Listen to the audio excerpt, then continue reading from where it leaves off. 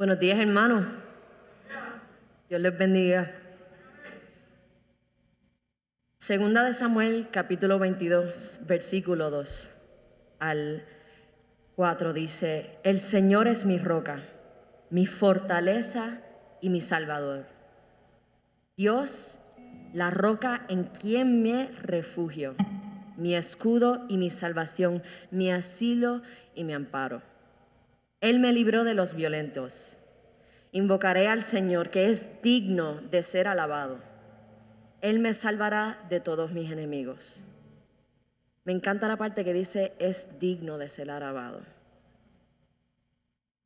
No porque Él nos esté ayudando o porque nos esté sacando de una situación fuerte, es que en ese momento es digno de ser alabado. Tú estás llorando, alábalo. Te estás riendo, alábalo. Estás en dolor, alábalo. Él está sentado en el trono y Él tiene todo el poder.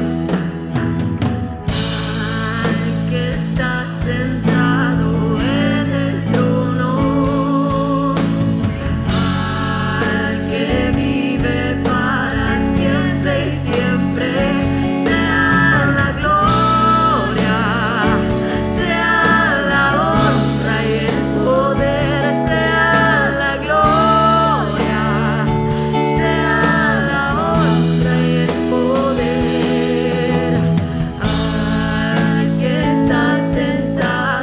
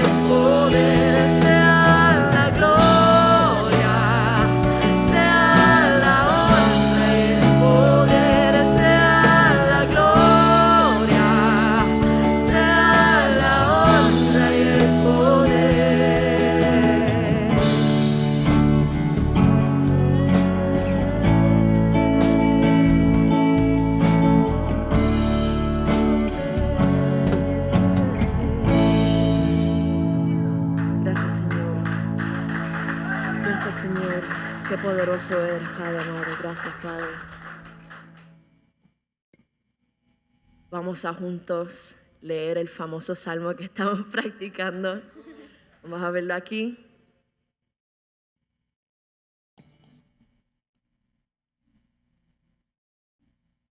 Oh Señor, has examinado mi corazón y sabes todo acerca de mí.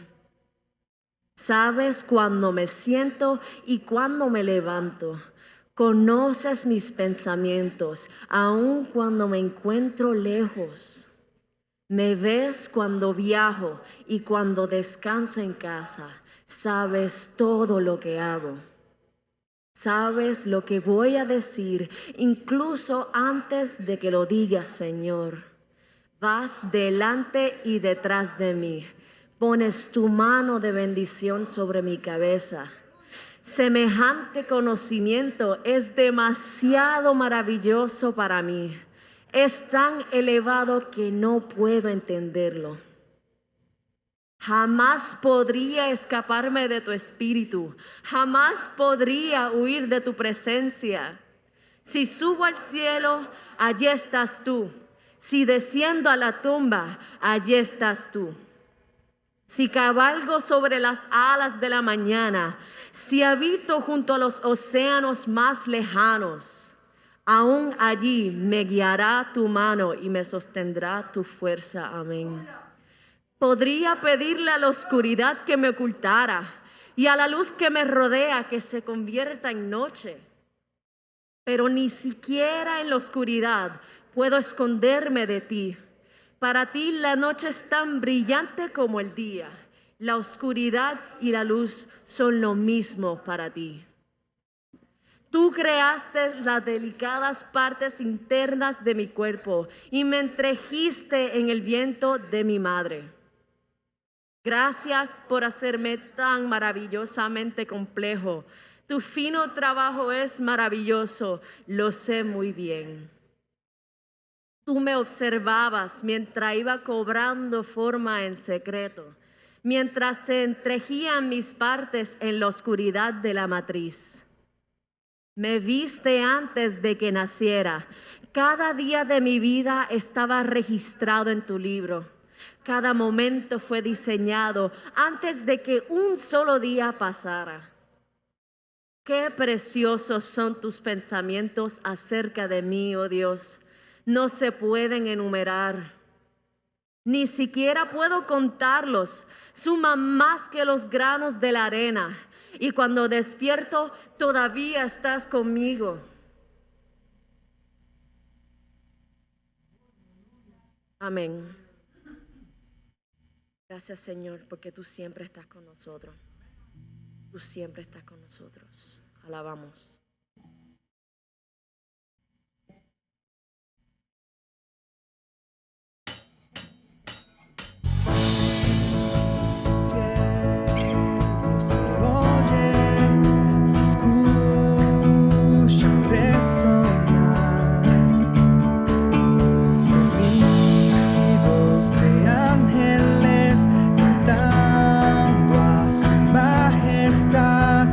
Todo para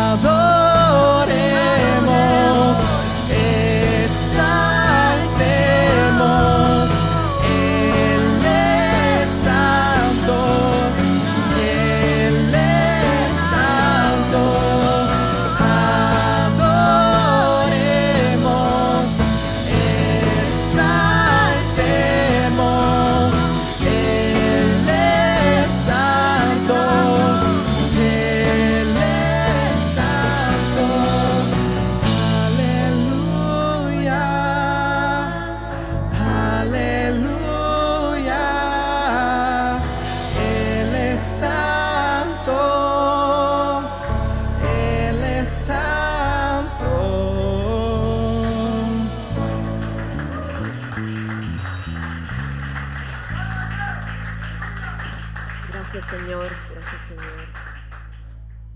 Continuamos alabando al Señor con nuestras ofrendas, sabiendo que Dios es poderoso.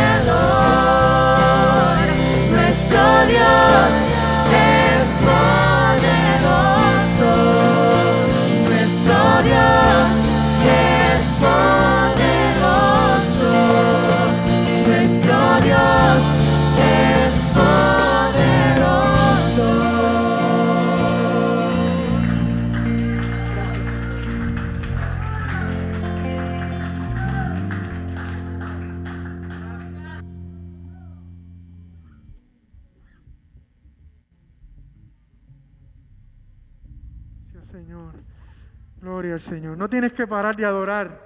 Aleluya. Él es poderoso para quitar todo temor, para quitar toda duda. Aleluya. Para salvar. Gloria al Señor.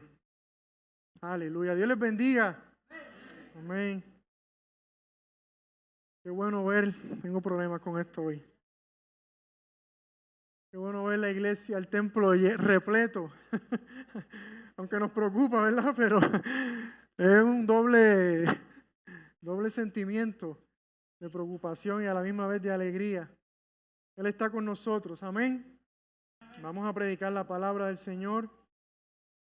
Acompáñeme al capítulo 7 de Apocalipsis.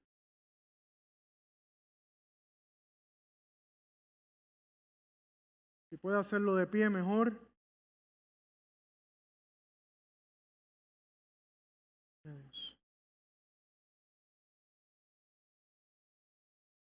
Gracias, Señor. Vamos a leer desde el verso 4.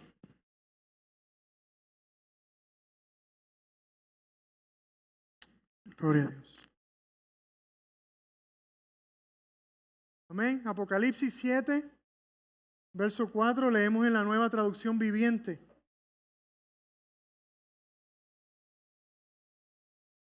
¿Estamos listos? Amén. La palabra del Señor dice así: y oí el número de los que fueron marcados con el sello de Dios. Fueron sellados 144,000 de todas las tribus de Israel. 5 de la tribu de Judá, de la tribu de Judá 12,000. De la tribu de Rubén 12,000. De la tribu de Gad 12,000.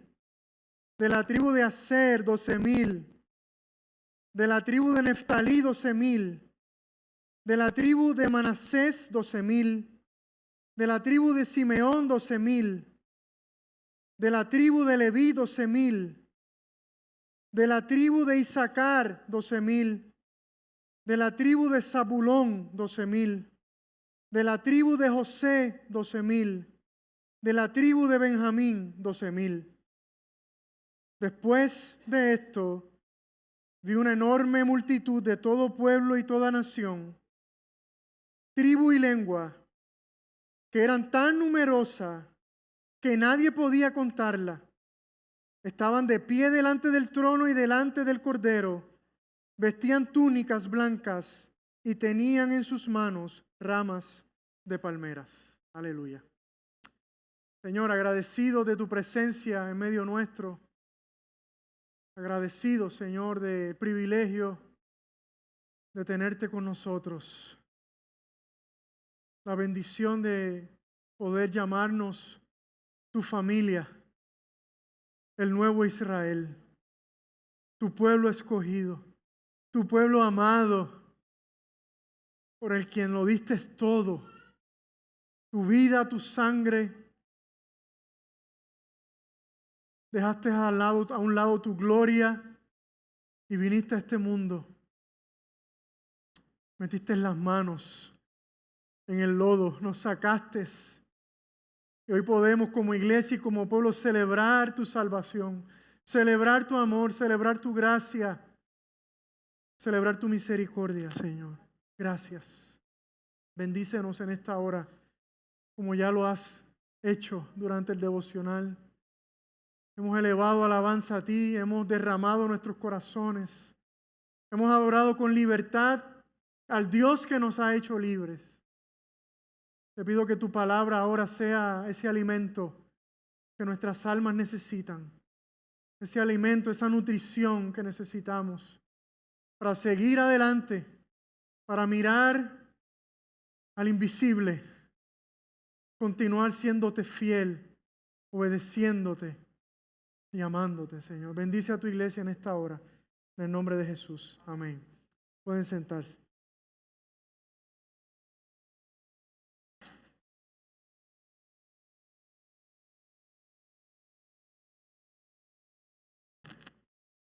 Normalmente a la gente no le gusta que le cuenten el final de las películas. ¿Hay alguien aquí que le gusta que antes de ver una película le cuenten el final?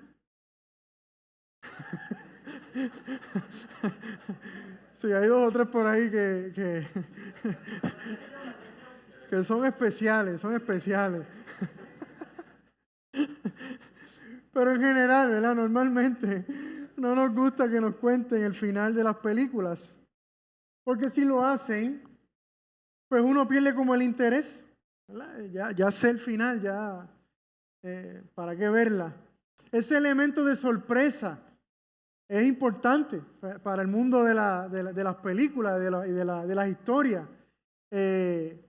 Ver cómo se va a desarrollar la historia, cómo va a terminar. Ese elemento de sorpresa es una gran motivación para uno ver una película o una serie. Sin embargo, siempre nos acercamos a una película con la expectativa de que va a tener un buen final. ¿Verdad que sí? Si alguien te recomienda que veas una película y te dice, mira, la película está buena, pero el final, no, es fatal. Es muy, ¿verdad? Hay probabilidades de que usted no se motive a ver la película. Nadie quiere ver una película que tenga un final decepcionante. No necesariamente tiene que ser un final de cuento de hadas, ¿verdad? Pero nadie quiere ver una película que el final sea decepcionante. Yo creo que se lo he dicho antes, no veo cualquier película. Antes me invitaron a ver una película de terror, ¿verdad? Y no es que me dé miedo, es que realmente no me llama la atención. Y para yo ver una película, tengo que hacer la asignación, ¿verdad? Tengo que entrar a Rotten Tomatoes, ¿verdad? Y ver el review, ver lo que la gente comenta. Yo hago mi asignación, porque si voy a ir al cine a gastar $1,000, ¿verdad? Que uno gasta más o menos en el cine, pues tengo que estar seguro de que la película vale la pena verla. Así que soy bien crítico en ese aspecto. Necesito saber la opinión de los críticos. Yo quiero que una película me edifique, aunque se escuche raro, ¿verdad? Pero una película que me anime, que me haga pensar, que me haga reflexionar en la vida, que me haga reír o que me haga llorar. Y yo siempre voy a ver una película y siempre me voy a poner los espejuelos del Evangelio, ¿verdad? Y no es que sea el más espiritual, pero siempre voy a tratar de ver cómo el Evangelio se ve a través de esa película. Como un escritor, como un cuentista secular, ¿verdad? O inconverso, de alguna manera, esa imagen de Dios que tenemos todos, ¿verdad? Se deja ver en medio de su historia y de su cuento. Siempre trato de buscar, ¿verdad? ¿Dónde se le fue el Evangelio, ¿verdad? Se le fue esa imagen de Dios que todos cargamos. Sin embargo, el elemento sorpresa está bien para las películas, pero no para la vida real, ¿verdad? Ese elemento sorpresa no nos gusta en la vida, a menos que sea un regalo, ¿verdad? Como me hicieron el domingo pasado. Ahí pues sí, a uno le gusta esa sorpresa. Pero normalmente en la vida uno quisiera tener todo cuadrado, todo en orden, porque no nos gustan las sorpresas. Si hay algo que produce ansiedad en nosotros, es la incertidumbre. ¿Cómo será el futuro? ¿Qué pasará? ¿Qué nos deparará el futuro? La incertidumbre es la hermana de la inquietud. Y la inquietud es la prima del miedo. ¿Cuándo se va a acabar esto? ¿Cuándo se va a acabar la pandemia? ¿Qué va a pasar con mi trabajo? ¿Qué va a pasar con las ventas de mi negocio? ¿Qué va a pasar con el futuro de mis hijos? ¿Qué va a pasar con la iglesia y con mi ministerio? ¿Ve? La incertidumbre de qué es lo que va a pasar, qué es lo próximo, qué nos vamos a encontrar cuando doblemos en la esquina. Y esos sentimientos de incertidumbre son como el miedo, no vienen de Dios y es producto de nuestra naturaleza pecaminosa, de quitar nuestra mirada de aquel que tiene el futuro en sus manos. Eso es todo, ¿verdad? Digo, se escucha simple, ¿verdad? No es tan simple en la vida. Pero esa es la explicación simple. Es esa cuestión de quitar nuestra vida, nuestra mirada de aquel que conoce el futuro. Pero el Señor nos ama tanto y tiene tanta misericordia de nosotros y nos trata con tanta gracia que decidió contarnos el final de la película. Aleluya. Decidió contarnos el final de la historia.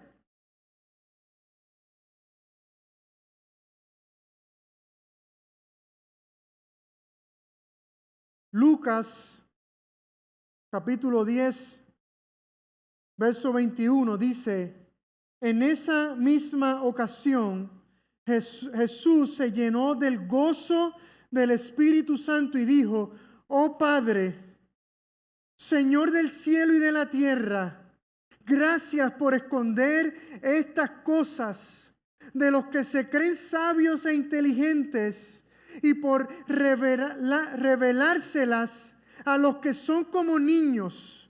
Sí, Padre, te agradó hacerlo de esa manera. Y yo soy un niño y doy gracias a Dios por eso. Y no nos reveló el final de la película para nada, ¿verdad? Lo hizo con un propósito y fue para bendecirnos. La iglesia del primer siglo luchaba, y esto lo hemos dicho, ¿verdad? Muchas veces, que es el tema de este libro del Apocalipsis. Estas iglesias luchaban con las presiones de la persecución, con las presiones de que nos asimilemos a la cultura, a las prácticas religiosas paganas, a las prácticas políticas, de amoldarse y adoptar el espíritu de la época. Esa era la lucha que tenían estas iglesias. Toda esta lucha los llenaba ¿de qué? De incertidumbre, de miedo, de temor. ¿Qué pasará con nuestra familia? ¿Qué pasará con nuestras posesiones? ¿Qué pasará con nuestra relación con Dios? Y cómo el miedo y la incertidumbre provocaba que quitaran su mirada del Señor, que olvidaran sus promesas, que olvidaran quién es Él y quiénes eran ellos en Él. Entonces el Señor les muestra el final de la película para que vacíen sus mentes y corazones de todo pensamiento de incertidumbre y los llene de paz, de esperanza y hasta de gozo, aún en medio del sufrimiento y la persecución, aún en medio de la presión de la cultura. Y hoy tú y yo también podemos disfrutar de esa paz. Amén. De esa esperanza y de ese gozo. ¿Por qué? Porque el final de la película de la iglesia del primer siglo es el final de la película tuya y mía. Es el final de la película de la cumbre. Es el final de la película de la iglesia de Jesucristo. Y este es el propósito principal del capítulo 7 de Apocalipsis. Al final de todo va a estar bien. Amén. Al final todo va a estar bien. Para aquellos que hemos puesto nuestra confianza en Cristo. Y el final será glorioso. Aleluya. El final será glorioso. No sé lo que me depara el mañana. Pero sí sé lo que me depara el día final, el futuro. Gloria a Dios. Luego de ver a los 4 ángeles contener el juicio de Dios sobre las naciones, recuerdan el sermón de la semana pasada, esos 4 ángeles en las 4 esquinas de la tierra, aguantando, esperando a recibir la orden para desatar el juicio de Dios sobre todas las naciones, hasta que todos los escogidos de Dios sean sellados, Juan escucha algo. Dice el verso 4 de este capítulo 7, y oí. Fíjate qué interesante, no dice y vi, dice y oí el número de los que fueron marcados con el sello de Dios. Fueron sellados 144,000 de todas las tribus de Israel. Y hace un listado de todas las tribus de Israel. Y hay un dato interesante, que de cada una de esas tribus habían 12,000. Interesante, 12,000. Eso no pasaba en el Antiguo Testamento. Cuando se hacía el listado de las tribus, siempre había unas tribus que eran más grandes que otras, unas más fuertes que otras. Pero en este caso, todas tienen la misma cantidad. Un dato interesante es que, como les dije, Juan escucha este dato, no lo está viendo. ¿Quiénes son estos 144,000? ¿A quiénes representan? Y como les he dicho varias veces, queremos acercarnos a este libro con ojos frescos. Amén. Yo sé que todos tenemos un bagaje con el Apocalipsis. Todos hemos sido criados, ¿verdad? Con ideas, con interpretaciones, que yo no las estoy contradiciendo, no estoy diciendo que están mal. Pero yo personalmente quiero acercarme, porque el Apocalipsis siempre fue un cuco para mí. Estamos con cuco, ¿verdad? Sí. Yo seguro que no sea esa palabra de Arecibo nada más y ustedes no me entiendan. ¿Verdad? Siempre ha sido un cuco y yo quiero ver este libro con ojos frescos. Y obviamente uno necesita ayuda, ¿verdad? Necesitamos ayuda. Este número es sumamente simbólico. No es un número literal, como la mayoría de los números en Apocalipsis. Los números sabemos que eran importantes para los judíos y tenían significado, ¿verdad? El número 3, el número 7, el número 12, el 24, el 40. Así que hay varios números, ¿verdad?, que tienen un significado profundo. Así que este número de los 144,000 es un número también con un gran significado simbólico.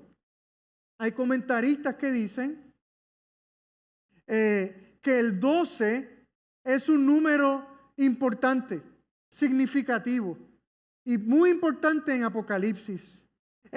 Al igual o parecido al 7, el 12 tiene la idea de un número de perfección, de algo completado, de algo entero.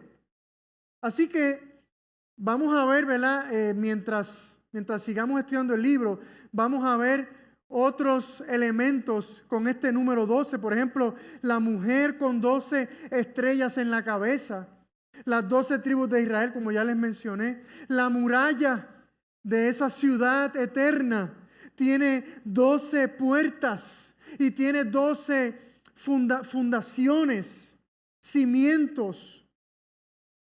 Así que el 12 es un número importante que tiene que ver con algo completo, con algo pleno. Otro número significativo es el 1000. El número 1000 representa magnitud, representa multitudes. ¿Ven? Un número de multitud, de magnitud. Y aunque el 12 representa perfección o algo completado, si usted eleva el 12 al cuadrado, pues está haciendo una hipérbole, ¿verdad? Está exagerando la nota, como diríamos acá en Puerto Rico. Lo perfecto de lo perfecto. La perfección de la perfección. Entonces, si uno hace esa matemática, pues resultaría, ¿verdad? 12 por 12 tribus son 144. Y si uno lo multiplica por 1000, pues de ahí sale el 144,000. Por lo tanto, ¿qué representa este número de 144,000? Representa a la iglesia, representa la salvación de todos los elegidos de Dios a través de toda la historia. Y representa, como vimos la semana pasada, con el sello, representa una seguridad de salvación. Sigue siendo un número finito, ¿cierto? Aunque es simbólico, sigue siendo un número finito. Como representando que Dios ya sabe, y esto pudiera ser, ¿verdad? Hay debates con este tema, pero pudiera significar que Dios ya sabe cuántos serán sellados, cuántos serán salvos. Solo Él lo sabe. Pero es un número finito. Y Juan lo va a ver más adelante.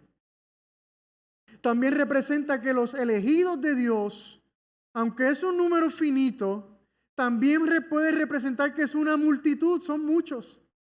Al multiplicar este número por 1000, son multitudes. Entonces, si tú pusiste tu confianza en el Señor Jesucristo, tú has recibido el sello de Dios en tu frente. Amén. Y ahora eres propiedad de Él y ahora estás contado entre ese listado de los 144,000. Y esto es maravilloso. Saber que nuestra salvación está asegurada, que estamos en esta lista, como cantábamos ahorita, que nuestro nombre está escrito en el libro de la vida, es maravilloso. Aleluya. Yo no sé si para usted, pero para mí es maravilloso que mi nombre está en esa lista. Que ya no hay incertidumbre. Que nuestro mayor problema ya fue resuelto. Que ya podemos vivir en paz porque le pertenecemos a Dios. Aleluya. Antenoche nos fuimos a acostar y Yelian va al cuarto a despedirnos. Y después que nos besamos y nos abrazamos, nos dice que descansen en paz.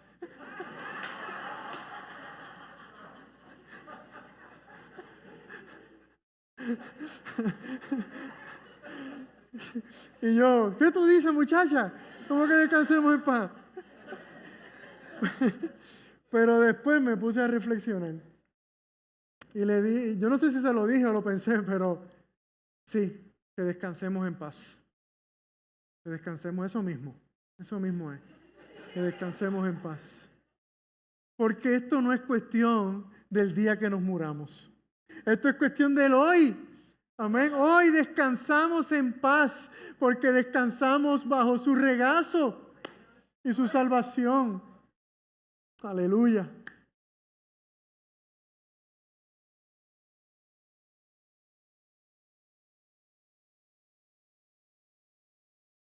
Pablo le dice a los romanos, me perdí aquí, perdónenme.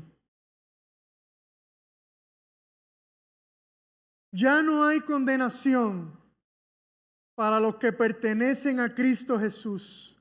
Y porque ustedes pertenecen a Él, el poder del Espíritu que da vida los ha libertado del poder del pecado que lleva a la muerte. Por eso, ya no tengo que demostrarle a nadie cuán bueno soy. El sermón del pastor Javier, ¿verdad? De hace unos meses nos dejó marcado. Todavía hablamos de él. Ya no tengo que ganarme la aprobación de nadie. Ya no tengo que apoyarme en mi propia opinión o mis propias capacidades. Ya he sido libre en Cristo Jesús. ¿Qué simboliza entonces ese listado de las 12 tribus de Israel que suman los 144,000? Algunos piensan que son judíos, ¿verdad? Lo toman literalmente como parte de las tribus de Israel. Pero hay otros que entienden que no son judíos. Pueden haber judíos en medio de ellos, pero no son exclusivamente judíos. Si el tema principal del capítulo 7 es una visión que Dios le da a Juan del destino de aquellos que han puesto su confianza en Cristo, ¿de qué grupo de personas está hablando? ¿Quiénes son los 144,000 sellados? Pues ellos mismos. Ese es el número de aquellos que han sido salvados por medio de la obra de Jesucristo. El Apocalipsis solo habla de dos grupos de personas. Aquellos que cuando ven al Cordero y al que está sentado en el trono, se llenan de terror, se llenan de pavor e intentan huir de su presencia. Y de aquellos que han sido sellados en la frente con el sello de Dios. La verdad es que no hay naciones privilegiadas. No hay pueblos con tratos especiales. Aquellos que han sido sellados con el sello de Dios constituyen un solo pueblo. Estos son todos aquellos que han puesto su confianza en Jesucristo y lo han recibido como Salvador, dueño y Señor de sus vidas. El apóstol Pablo le dice a los romanos: todo el que confíe en Él jamás será deshonrado. No hay diferencia entre los judíos y los gentiles en ese sentido. Ambos tienen el mismo Señor, quien da con generosidad a todos los que lo invocan. También le dice a los corintios: entre nosotros hay algunos que son judíos y otros que son gentiles. Algunos son esclavos y otros son libres, pero todos fuimos bautizados en un solo cuerpo, por un mismo espíritu, y todos compartimos el mismo espíritu. A los Gálatas le dice: ya no hay judío ni gentil, esclavo ni libre, hombre ni mujer, porque todos ustedes son uno en Cristo Jesús. A los efesios les dice: pues Cristo mismo nos ha traído la paz. Él unió a judíos y a gentiles en un solo pueblo, cuando por medio de su cuerpo en la cruz hizo la paz entre judíos y gentiles, al crear de los dos grupos un nuevo pueblo en Él. Cristo reconcilió a ambos grupos con Dios en un solo cuerpo por medio de su muerte en la cruz. Y a los colosenses les dice: en esta vida nueva, no importa si uno es judío o gentil, si está o no circuncidado, si es inculto, incivilizado, esclavo o libre, Cristo es lo único que importa y Él vive en todos nosotros. ¿Qué es lo que Pablo tan enfáticamente le dice a las iglesias? Con su muerte y resurrección, Cristo no solo dejó sin efecto el antiguo pacto e inauguró uno nuevo, sino que también inauguró un nuevo Israel, que es la iglesia del Señor. Ahora el pueblo de Dios es la iglesia. Israel fue simplemente un instrumento, un canal que Dios utilizó para traer la salvación a todas las naciones. Ahora la nación que representa a Dios es la iglesia universal de Jesucristo.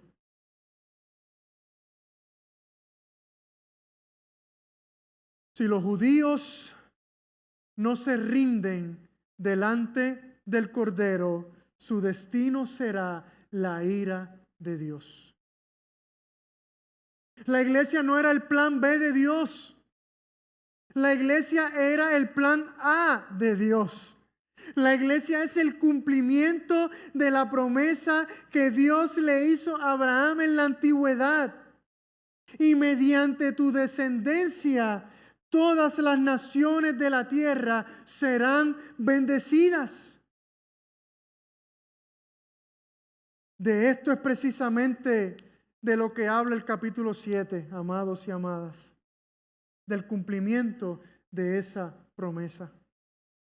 Es interesante que Juan no comienza su listado de las tribus con el primogénito. Si se fijaron en eso. El primogénito de Jacob era ¿quién? Era Rubén, ¿cierto? Y Juan en este listado no empieza con el primogénito. ¿Con quién empieza? Con Judá. Y eso es un tema importantísimo, porque todos nosotros, judíos y no judíos, hemos sido adoptados por Dios, injertados en su familia, gracias a quién? Al descendiente de Judá, que es Cristo. Maravilloso. Gracias al león de Judá, de la tribu de Judá, ahora pertenecemos al pueblo escogido de Dios. Ahora somos su amado y preciado Israel.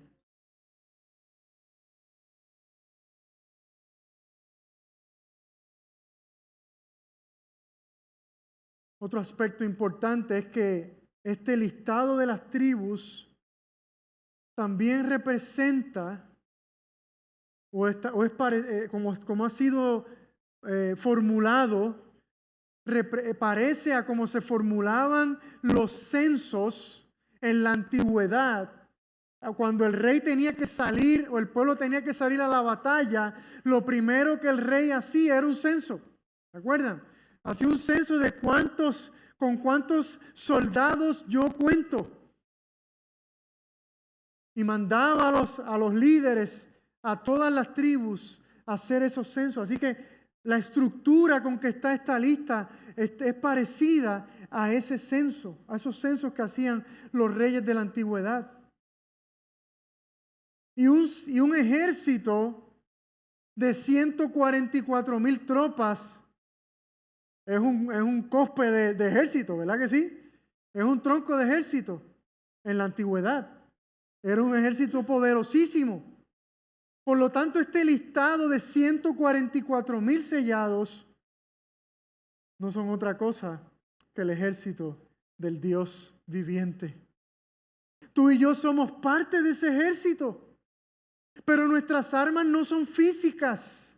No peleamos con espadas, ni escudos, ni flechas, sino con las mismas armas con las que peleó el Cordero, con la espada de doble filo que sale de su boca, que es su palabra, y con las marcas de su sufrimiento. Con las marcas de su sufrimiento. Porque así fue que él llegó a la meta, ¿verdad?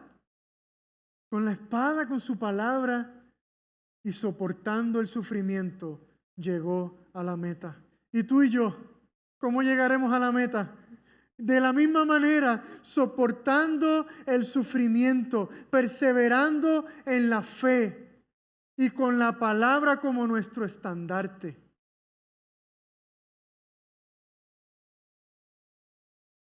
Somos el ejército del Rey.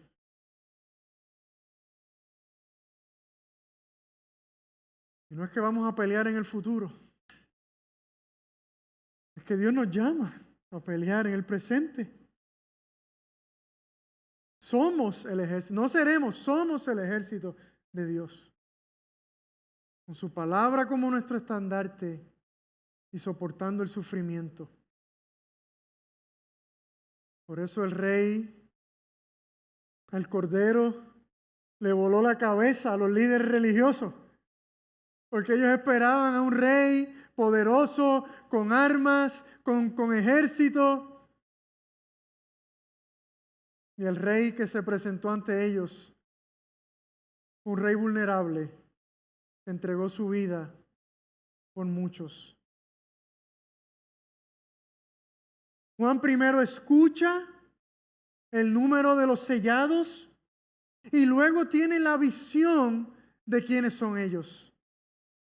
El verso 9 dice, después de esto vi, primero escuché y ahora veo una enorme multitud de todo pueblo y de toda nación, tribu y lengua, que eran tan numerosas que nadie podía contarlas. Estaban de pie delante del trono y delante del Cordero. Vestían túnicas blancas y tenían en sus manos ramas de palmeras. Una vez más, Juan está viendo el cumplimiento de la promesa que Dios le hizo a Abraham, cuando le dice: ciertamente te bendeciré, multiplicaré tu descendencia hasta que sea incontable, como las estrellas del cielo y la arena de la orilla del mar. Tus descendientes conquistarán las ciudades de sus enemigos. Los judíos pensaban que eran ellos. Y Juan tiene esta gran revelación. No son solamente ellos. Ustedes estaban limitando su visión. Es una gran multitud de toda lengua, raza y nación. Esta descendencia incontable es la multitud que ve Juan de pie delante del trono de Dios, vestidas de blanco y con palmas en las manos. Vestidas de blanco representando la pureza y la santidad, que fue producto de ser lavados con la sangre del Cordero.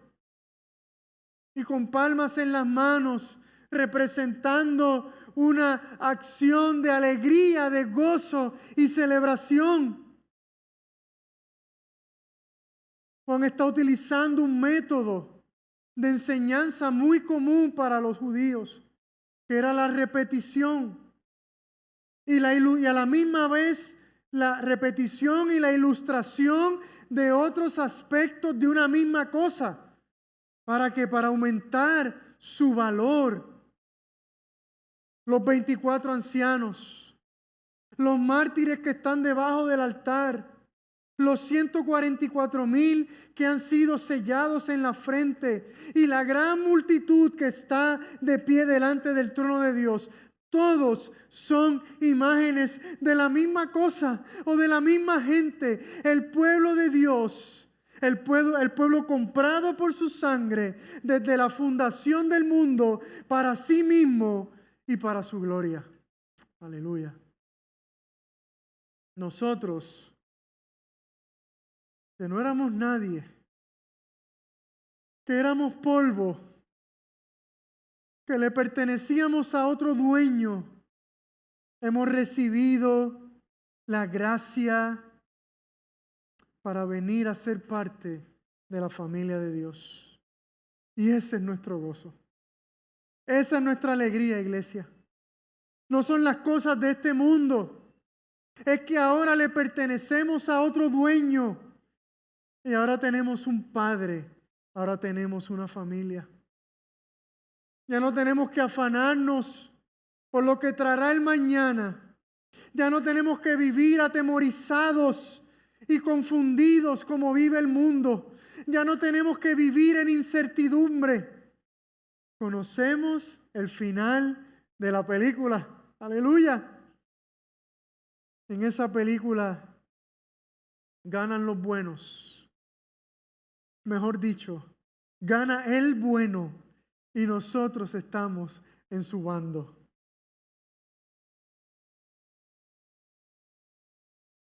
A una comunidad de cristianos abatidos por la persecución a causa de su fe, agobiados por las presiones de la sociedad para que nieguen su fe, amenazados por sentimientos de amoldarnos al mundo para que la vida no sea tan dura.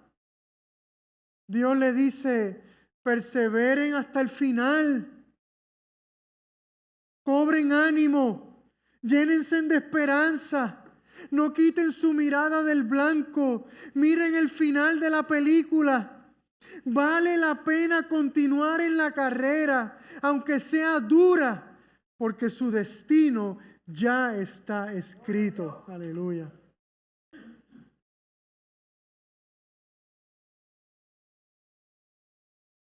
A ustedes no solamente se le ha puesto un sello en la frente, un sello de propiedad, sino que sus nombres están escritos en la lista. Han sido llamados a ser mi ejército, ese que lucha con armas espirituales, con la espada de doble filo que sale de la boca del Cordero, que es su palabra, y con las marcas del sufrimiento. Ustedes son un ejército que conquista, que gana las batallas de la misma forma que el Cordero, con obediencia,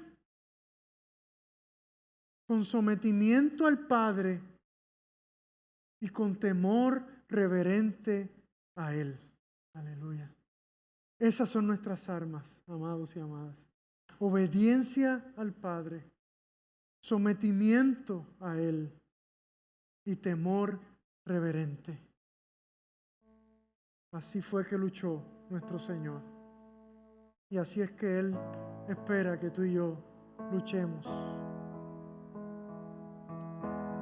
Ahora somos parte de su familia. Amén. Su pueblo escogido, su nuevo Israel. Aleluya. Estemos puestos de pie y reflexionemos y cantemos. Yo me imagino que muchos de nosotros lo sabemos, este himno de la antigüedad. Gloria a Dios, gloria a Dios. Sí. Firmes y adelantes, huestes de la fe, sin temor alguno, que Jesús nos ve, jefe soberano, Cristo al frente va, y la regia enseña, tremolando está. Firmes y adelantes, huestes de la fe, sin temor alguno, que Jesús nos ve. Al sagrado nombre de nuestro Adalid, tiembla el enemigo y huye de la lid. Nuestra la victoria, dada a Dios Lord, y óigalo el averno, lleno de pavor. Firmes y adelantes, huestes de la fe, sin temor alguno, que Jesús nos ve. Muévase potente la iglesia de Dios, de los ya gloriosos, vamos hoy en pos. Somos un solo cuerpo y uno es el Señor, una la esperanza, uno nuestro amor. Firmes y